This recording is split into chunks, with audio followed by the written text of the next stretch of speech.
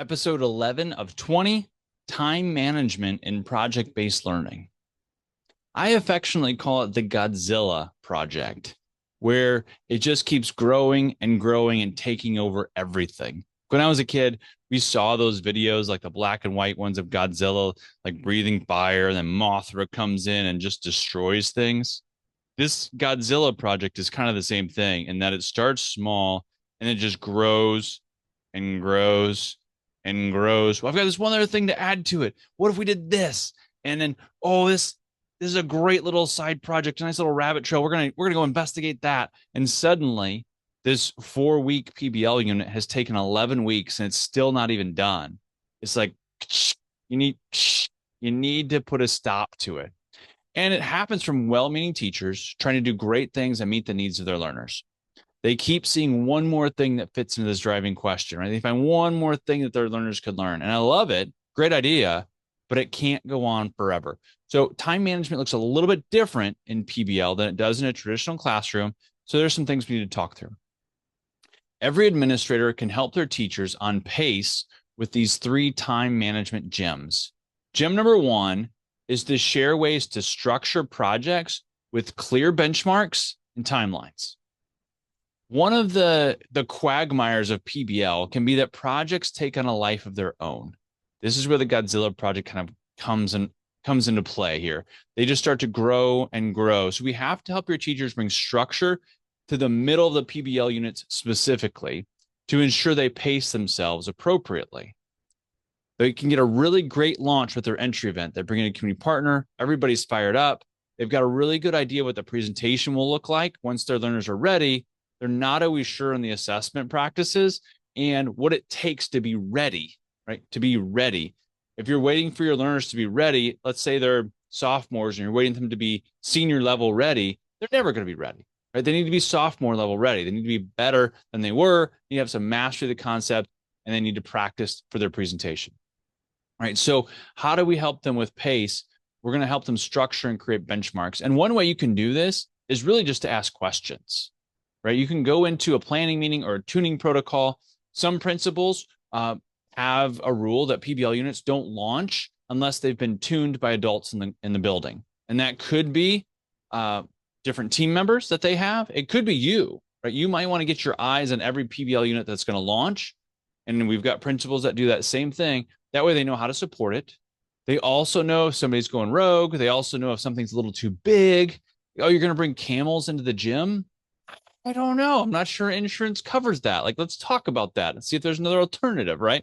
And one of the questions you can ask is just these benchmarking questions of like, when will the first assessment take place? How will you know that your learners are ready to present? What will be that time frame? And what are you going to do if it goes too long? And you might even see like where it fits in the semester a little bit better than they do, especially if they're just getting started. You say, well, I see that PBL unit is going to go into December, and that's a pretty tough time to make sure you've got all the days you need. Have you looked at that? Again, you're not micromanaging to say, do this, don't do that, but asking some really clear questions around benchmarks and timelines can be really helpful for teachers to self-reflect and say, oh, I don't really know what that timeline looked like. I didn't really look at that. Thank you. That's a good point. Oh, we should shorten that by right? And they can start to see that on their own. The time management is a little bit different in a PBL environment than it is in a traditional setting. Gem number 2 on pacing and time management is to address how to balance the long-term projects with day-to-day classroom demands. So what we want to communicate is that PBL is the way to teach and learn. It isn't an extra thing to do. We like to say that PBL is the engine, but it's also a lot more than that, right? It's this vehicle that's pulling things along. But you're also going to have, let's just say like pep rallies. You're going to have student teacher conferences. You're going to have common assessments. You're going to have these things that need to be in that PBL plan, right? If your teachers think that they're going to have all these days, but they don't, I like to point out the idea that that would be the same in a traditional setting, right? So it's not PBL that's doing that, and you need to look at that maybe more specifically when it comes to PBL, because you're going to be asking a community partner to come in. Is that the best week to have a community partner in? I don't know, right? You're going to be doing some really core workshopping this week. Is that the best week to do that? And you're just, again, you're asking questions to get your teachers this time to think through their plan to make sure that they're going to stay on task and on their timeline. Because you've got this long-term projects, and some teachers will look at their curriculum maps as PBL units once they start to find some mastery, and they know what power standards are wrapped up in each driving question.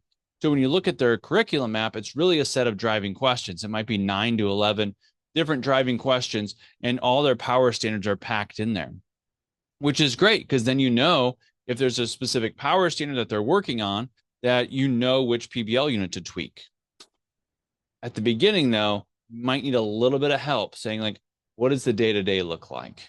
Might be a little bit different because the only things you're really adding is you're going to add, there are some days you'll add, like an entry event day might not be in a traditional setting, right? You could technically have an entry event for a traditional unit. You could bring somebody in to launch it. Why not? But a lot of times we don't. So we're going to add that day. And that's going to be a day of entry events and need to knows. You're also going to have a practice presentation, and you're going to have the actual presentation. So you're adding 3 specific kind of technical days for PBL. So where are those going to fit? What's going to happen there, right?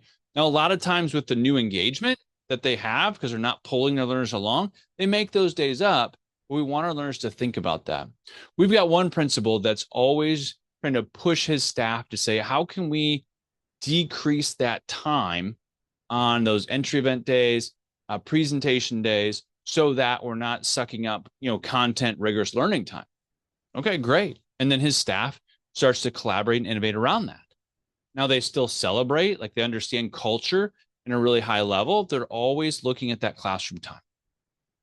The third gem is to offer tips for helping your teachers anticipate and manage time of unexpected challenges, because things are going to happen. Community partners might cancel. Students have need to knows that maybe takes a little bit longer than they think. There might be some new need to knows that really are a good rabbit trail. That's like core content that they should address. So they might need to have some time planned in for that. And you really want to make sure that they can get back on track. You don't want them to have that Godzilla project that just gets away from them. And one thing that we're going to give you in this specific episode, your resource is going to be PBL versus a project. And it's a great resource. You can also go to the PBL Simplified YouTube channel. We'll link that as well. And I explain PBL versus a project, because a project goes very linearly in a traditional setting. You're going to teach a unit, you're going to lecture, you're going to give an activity so they can mess around with it a little bit, and you're going to give a quiz. And then you're going to do the same thing with a new topic, lecture, activity, quiz, lecture, activity, quiz. You'll review, take an exam, and then do some kind of a project at the end. And in PBL, we're going to use a lot of the same moves, so you're not completely throwing everything out if you're a teacher moving from a traditional realm to a PBL realm, but we are going to mix it up a little bit. You're going to start with an entry event and need to knows. Now you're going to do some of your content learning, your workshopping, right? This might be your labs that you know are really well. They're your best practices for teaching. Then you're going to have benchmarks in there, like we talked about in the last video, is that you need to assess the learning and also some project benchmarks to make sure those are moving along. You're going to teach, again, best practices within your workshops. You're going to bring in community partners. You're going to have another assessment break, right? Like, are your learners learning? Do not wait to the very end, especially if the project is getting big, to assess content standards. You cannot wait that long. You shouldn't let your teachers wait that long. It's not good for them or the kids, right? So the assessment should be happening throughout the PBL unit. So the time management is going to look a little bit different. These are the 3 gems that you want to start sharing: structures and benchmarks and timelines. The free download, the PBL versus a project overview, is going to be perfect for this.